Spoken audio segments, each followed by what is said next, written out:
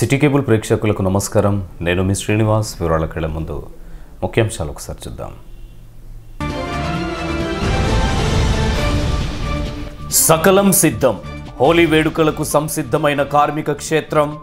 కొనుగోలుదారులతో కిటకిటలాడిన వ్యాపార కేంద్రాలు.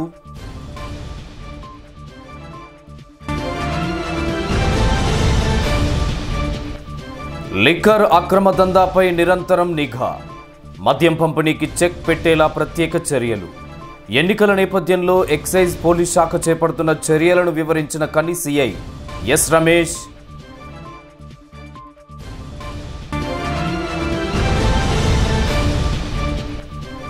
పెద్దపల్లి కాంగ్రెస్ ఎంపీ అభ్యర్థిగా నామినేషన్ సమర్పించిన ఆఘం చంద్రశేఖర్.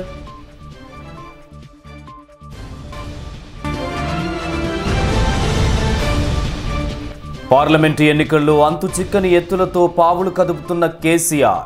Special story. ప్రాంతీయ పార్టీల నాయకుల మాటలను నమ్మకండి.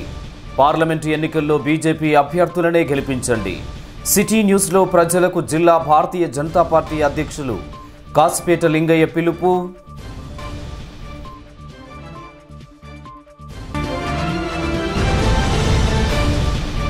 ఫేస్ టు ఫేస్ పై సింగరేణి అధికారులకు అవగాహన కార్యక్రమాన్ని నిర్వహించిన మర్రి చెన్నారెడ్డి మానవ వనరుల అభివృద్ధి విభాగం నిర్వాహకులు.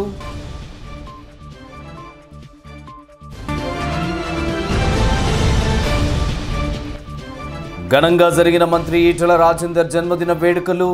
కనిలో సేవా కార్యక్రమాలను నిర్వహించిన తెలంగాణ ముదిరాజ్ మహాసభ నాయకులు.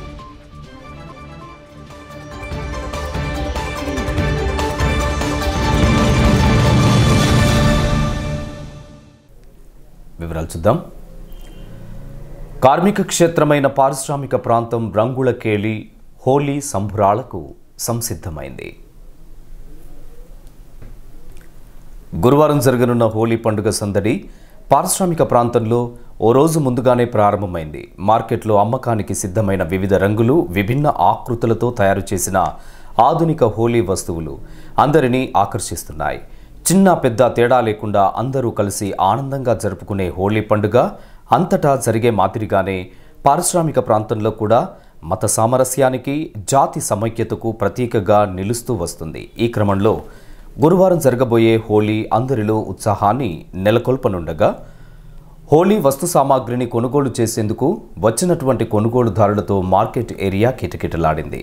మారుతున్న పరిస్థితులు, ప్రజలు, చిన్నారుల ఆకాంక్షలకు, అభిరుచులకు అనుగుణంగా రంగులతో పాటు వివిధ వస్తువులు మార్కెట్లో అందుబాటులోకి వచ్చినట్లు పలువురు వ్యాపారులు చెప్తున్నారు.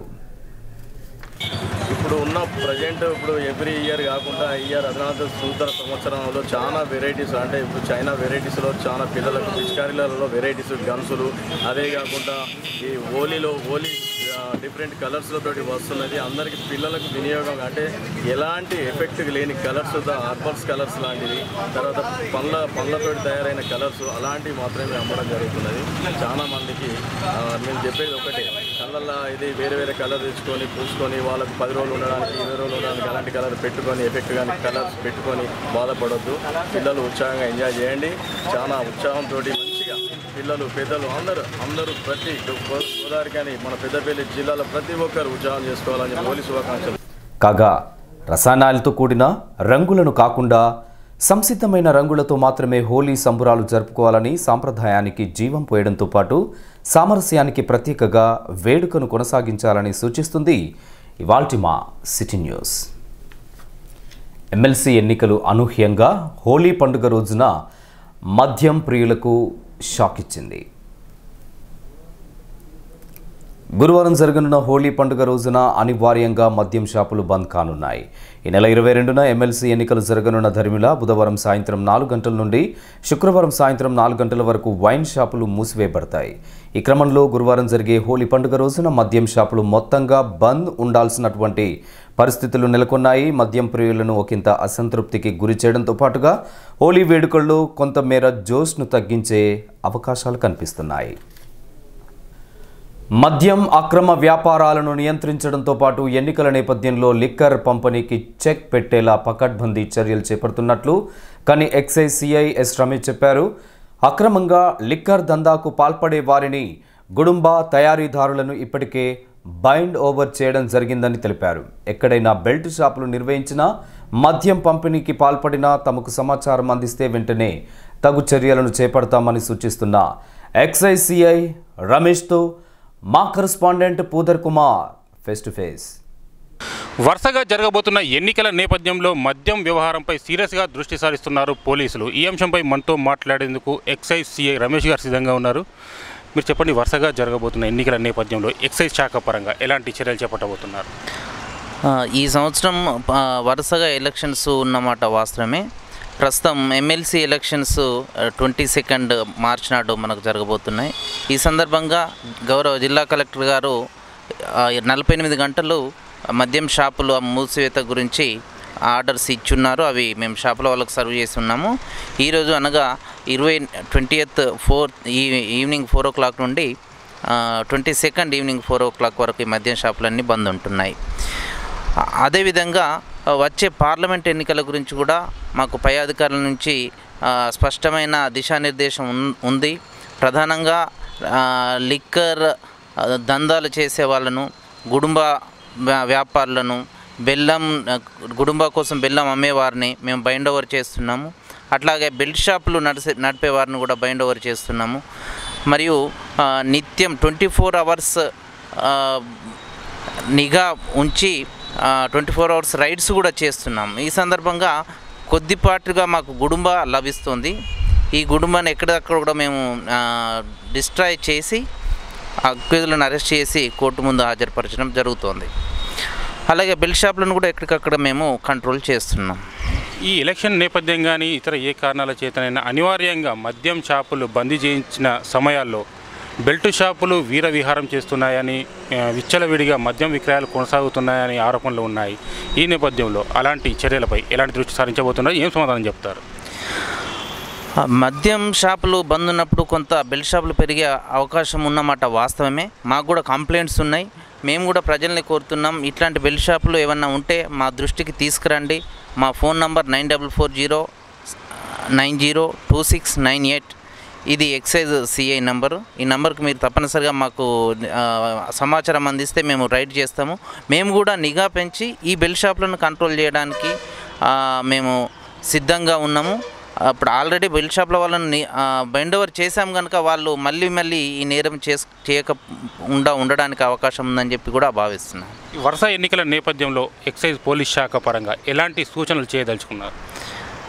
ప్రజలకు ప్రధానంగా మేము చేసే సూచన ఏంటిదంటే, మీరు నిర్భయంగా ఎలాంటి ప్రలోభాలకు, ముఖ్యంగా మద్యం ప్రలోభానికి ఏమాత్రం గురి కాకుండా మీ ఓటును స్వేచ్ఛగా వినియోగించుకోండి. మీకు ఇష్టమున్న వారికి ఓటేయండి.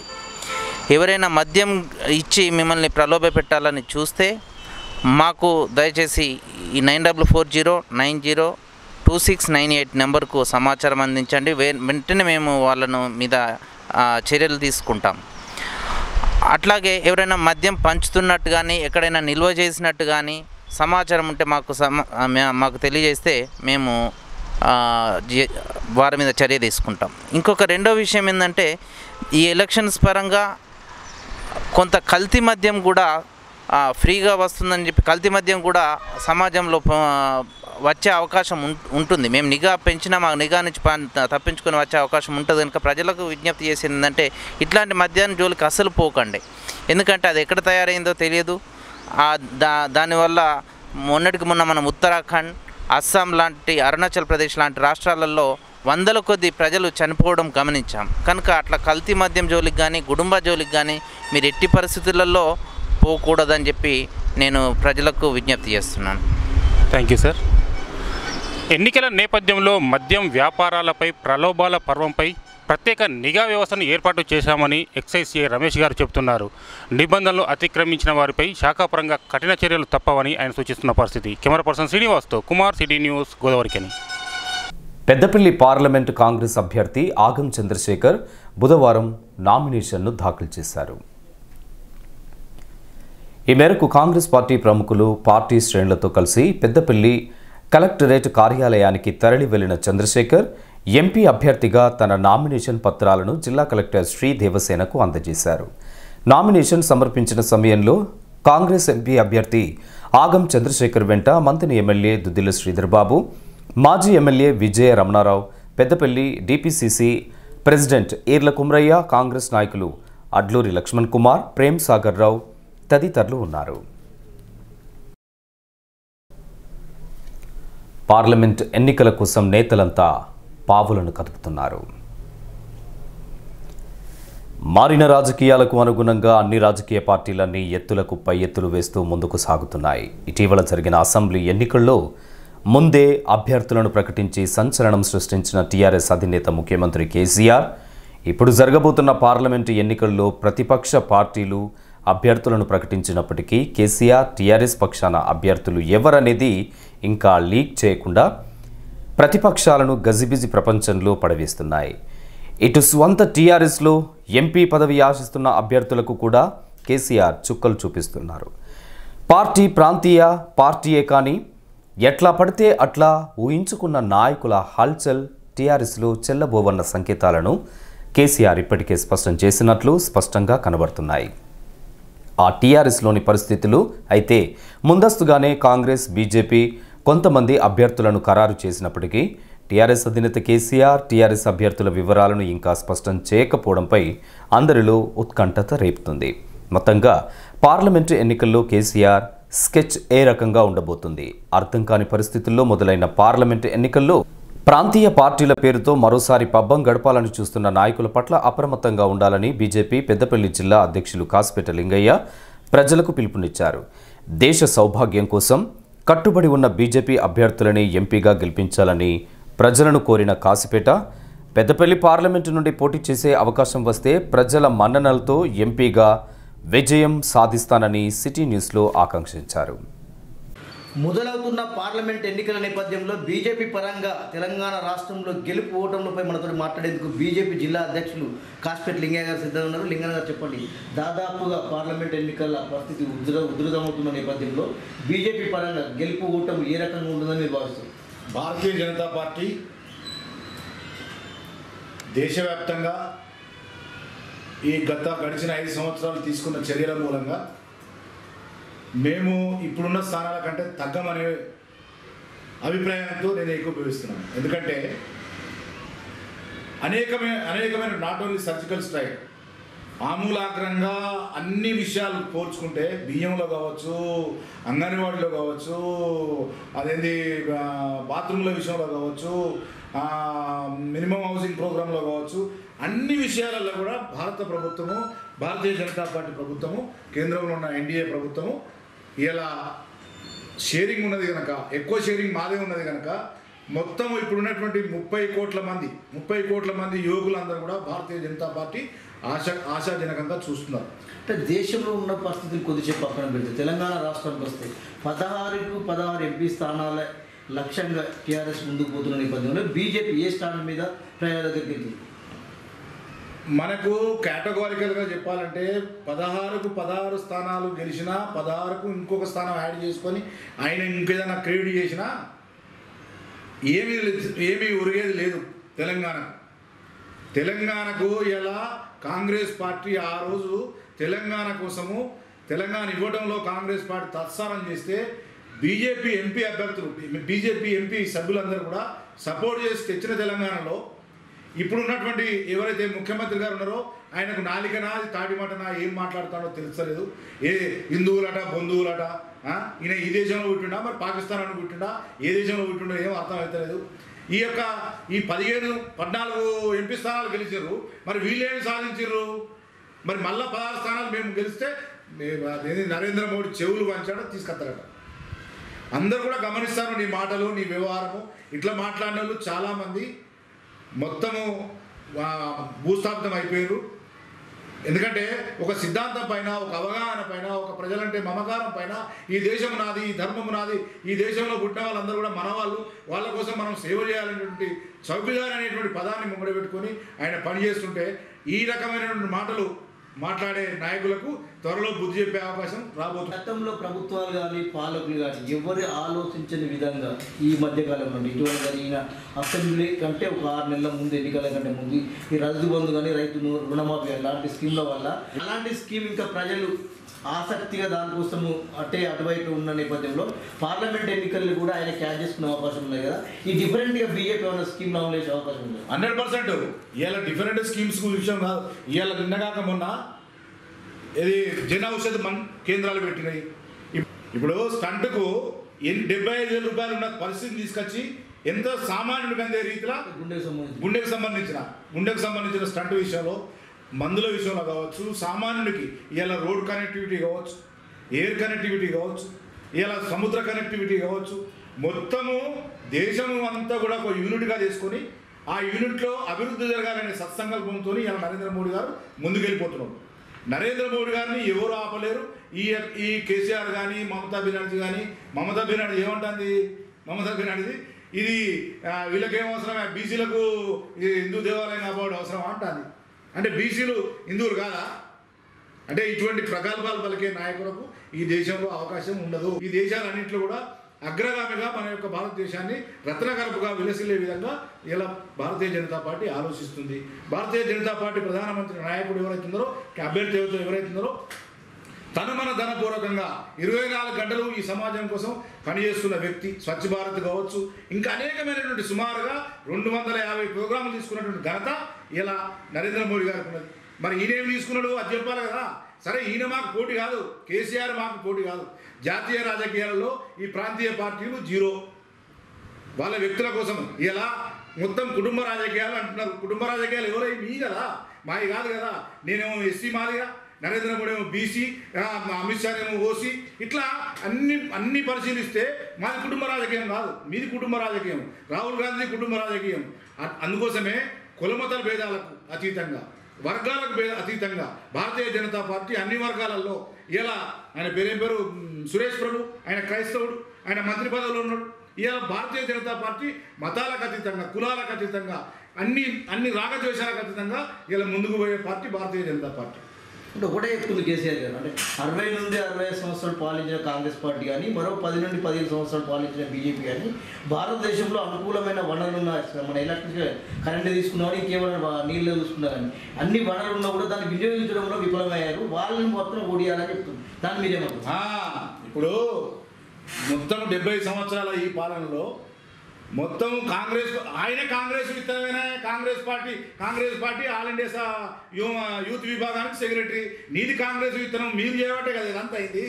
మీరు చేయబట్టే దేశం వెనుకపోయింది. 50 సంవత్సరాలు దేశం వెనుకపోయింది. మేము పాలించింది 5 సంవత్సరాలు, అప్పుడు ఇదో 5 సంవత్సరాలు 10 సంవత్సరాలు తప్ప.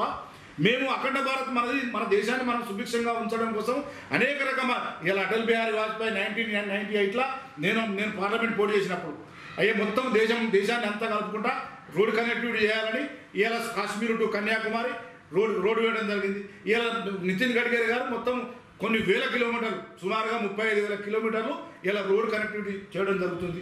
ఎన్నికల విషయానికి వస్తే దాదాపుగా మాటకు 20 రోజులు ప్రచారాన్ని మొదలుపెడితే 15 రోజులు మాత్రమే మిగిలిన నేపథ్యంలో తెలంగాణ రాష్ట్రంలో ముఖ్యమంత్రి కేసీఆర్ హవా కొనసాగుతున్న నేపథ్యంలో బీజేపీ పార్లమెంట్ ఎన్నికలు ఏ రకంగా ఎన్నుకోబోతుంది?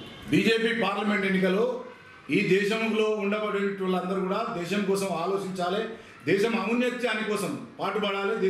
దానికోసం మనం అందరం కూడా దేశంలో జరిగేటువంటి ఈ యొక్క అవినీతి కార్యక్రమాలన్నీ కూడా రూపుమాపడం కోసం అందరూ కార్యకర్తలు, ప్రజలందరూ కూడా మీ వెనక మేముంటాం, మీ ముందు మేముంటాం, మా వెనకాల మీరుండి ఎక్కడైతే అవినీతి ఉంటుందో దాన్ని పారదోలడం కోసం భారతీయ జనతా పార్టీ ముందుండి ఈ కార్యక్రమాన్ని తీసుకుపోతుంది.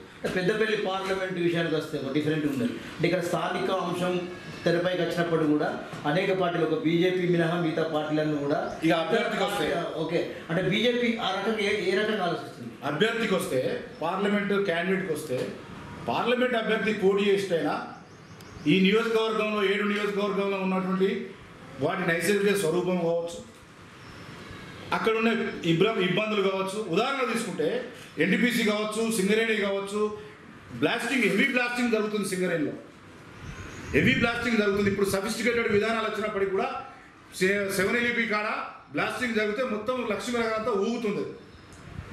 ఈ విషయంలో ఎప్పుడన్నా ఈ టీఆర్ఎస్ గెలిపించిన ముఖ్యమంత్రి గెలిపించిన క్యాండిడేట్ ఏనాడన్నా మాట్లాడిండా? ఆయనకు అవగాహన ఉందా? పోనీ మళ్ళీ ఆయన తీసుకుపోయి ఎమ్మెల్యే చేశారు. అటువంటి మనుషులు ఇలా ఆయన క్యాండిడేట్ రాబోతున్నారు. మనము అవగాహన ఉండాలి. సెంట్రల్గా ఒక పార్లమెంట్ సభ్యుడిగా మనం ఏం చేయాలి, మనకి ఏం విధులు ఉంటాయి, మనం ఏం చేయాల్సిన అవసరం ఉన్నది. ఇంకా ఏమైనా ఫ్యాక్టరీలు తెచ్చిరా, మేము వచ్చినాక మళ్ళీ మేము ఎరువుల కర్మాగారం ఇచ్చినాం. ఇక్కడ కాదు, దేశంలో అన్ని మూసినాయి అన్నీ కూడా మేమే ఇవ్వడం జరిగింది.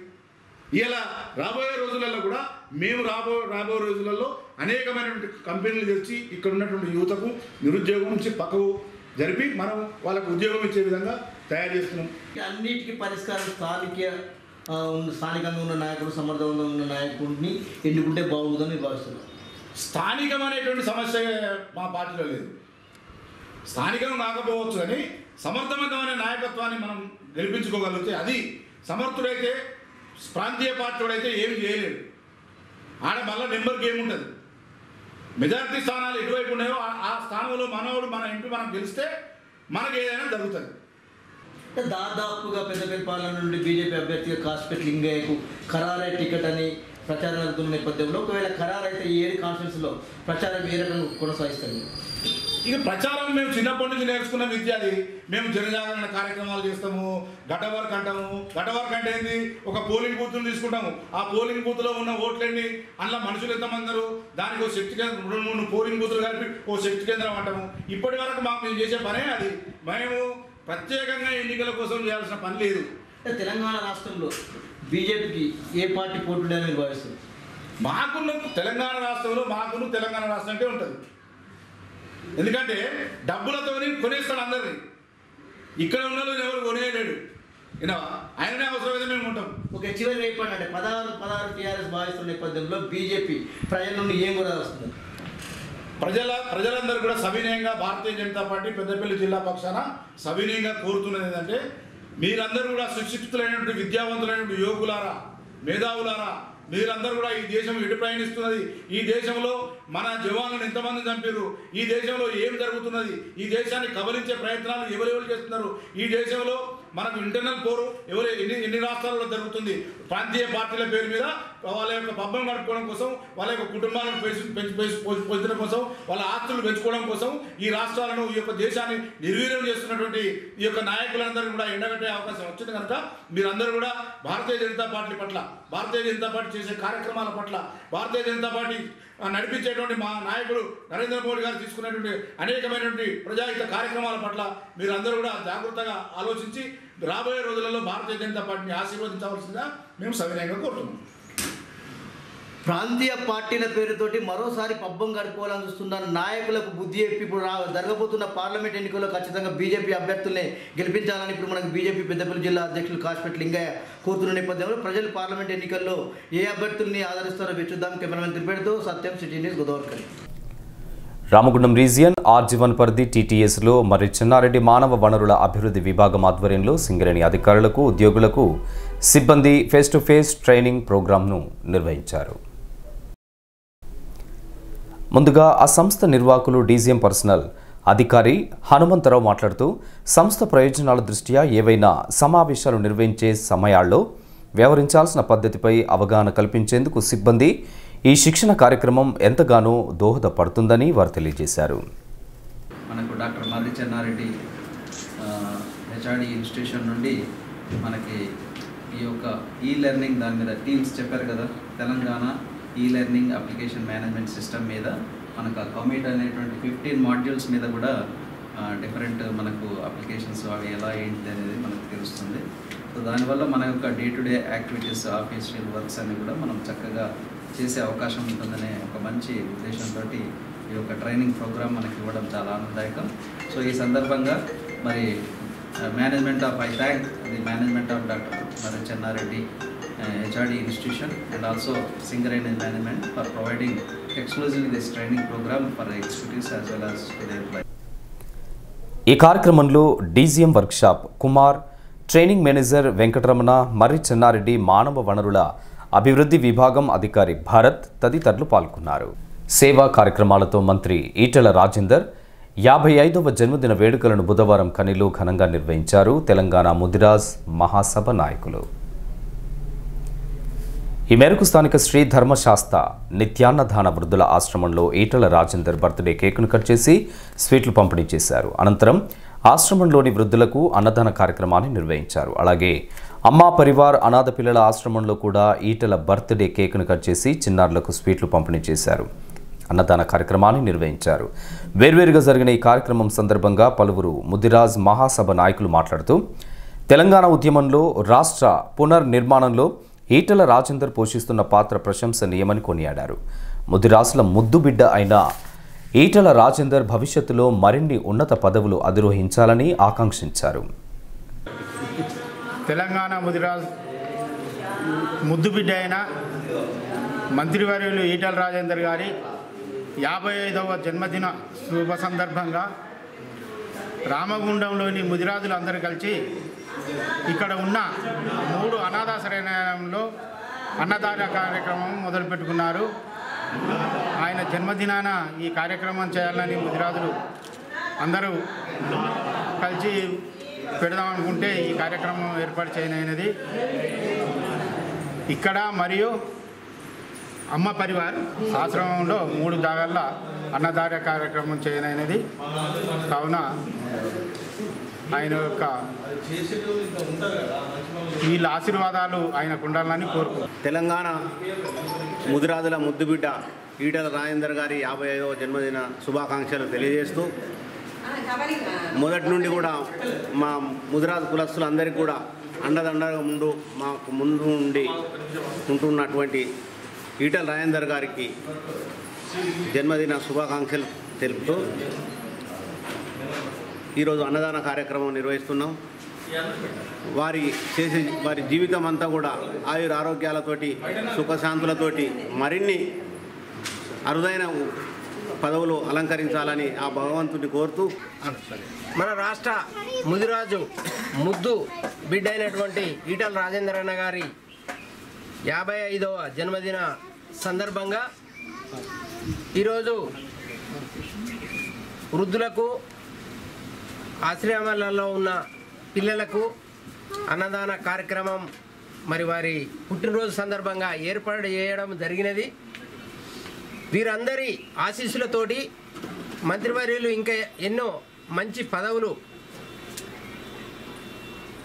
పదవులలో మంచి పదవులు కొనసాగుతూ ఇంకో భవిష్యత్తులో వీళ్ళందరి మన్ననలు ప్రేమలు మరి వారి దీవెనలు ఆ మంత్రికి ఉండాలని ఆ భగవంతుని కోరుకుంటున్నాను.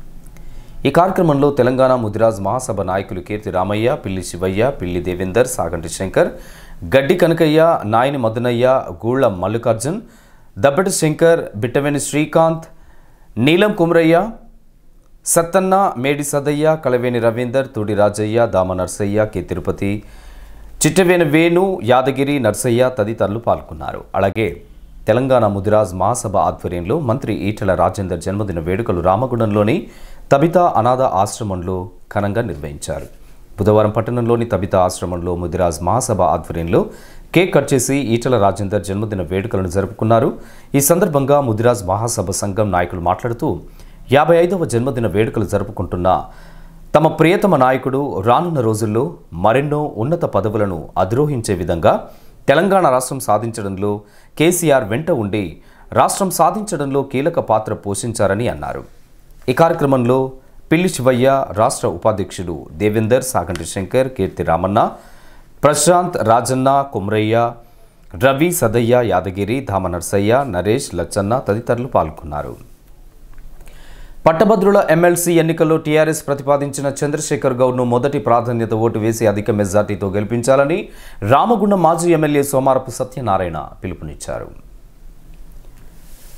రామగుండం నియోజకవర్గంలోని పట్టభద్రులందరినీ కలిసి చంద్రశేఖర్ గౌడ్ గెలుపు కోసం ఇంటింటా ప్రచారాన్ని నిర్వహించారు. ప్రచారం అనంతరం సోమారపు సత్యనారాయణ మాట్లాడుతూ ఒక మంచి ఆలోచనతో కేసీఆర్ సూచించిన చంద్రశేఖర్ గౌడ్ను ఉమ్మడి జిల్లాల ఎమ్మెల్సీగా పట్టభద్రులంతా ఓటు వేసి గెలిపించాలని కోరారు. వారు క్లాస్ 1 ఆఫీసర్కు మన రాష్ట్రానికి అధ్యక్షులుగా పనిచేస్తున్నారు. వారు ఈ మధ్యనే తన ఎంవీఐ పోస్టు రాజీనామా చేసి కేసీఆర్ గారి సూచనల మేరకు మన పట్టభద్రుల కాన్స్టిట్యున్సీ ఉమ్మడి కరీంనగర్, నిజామాబాద్, ఆదిలాబాద్, మెదక్ జిల్లాలకు పట్టభద్రుల కాన్స్టిట్యున్సీకి వారు పోటీలో ఉన్నారు. వారు సీరియల్ నెంబర్ 8లో ఉన్నారు. వారికి మొదటి ప్రిఫరెన్స్ ఓటు ఇచ్చి తప్పకుండా గెలిపించాలని కోరుకుంటున్నాను.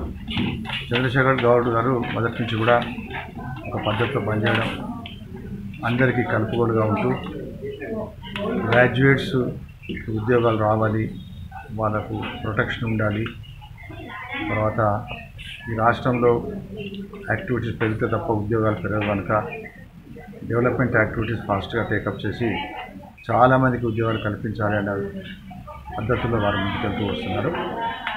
వారికి రాజీనామా చేసి మరి ఈ కాంటెస్ట్లో ఉన్నారు కనుక తప్పకుండా భారీ మెజారిటీతో గెలిపాలని మన రామగుండం నియోజకవర్గ పట్టభద్రులందరూ కూడా నేను కోరుకుంటున్నాను. ఎందుకంటే వీరు ఉద్యమంలో మొదటి నుంచి కూడా ఉన్నారు. తర్వాత ఎక్కువగా తెలంగాణ రావాలి అని పట్టుదలతో కష్టపడి పనిచేసే దాంట్లో చంద్రశేఖర్ గౌడ్ కూడా ఒక ముఖ్య పాత్ర పోషించినాడు. అందుకని ఈరోజు తప్పకుండా వారిని పట్టభద్రుల కాన్స్టిట్యున్సీకి గెలిపించాలని నేను రామగుండం కాన్స్టిట్యున్సీలోని పట్టభద్రులందరినీ కూడా సవినయంగా కోరుకుంటున్నాను. ఈ ప్రచార కార్యక్రమంలో నగర మేయర్ చిట్టూరి రాజమణి, కార్పొరేటర్ సోమారపు లావణ్య, అరుణ్, బాలసాని స్వప్న, తిరుపతి గౌడ్, సంతోష్, భరత్ గౌడ్ తదితరులు ఉన్నారు.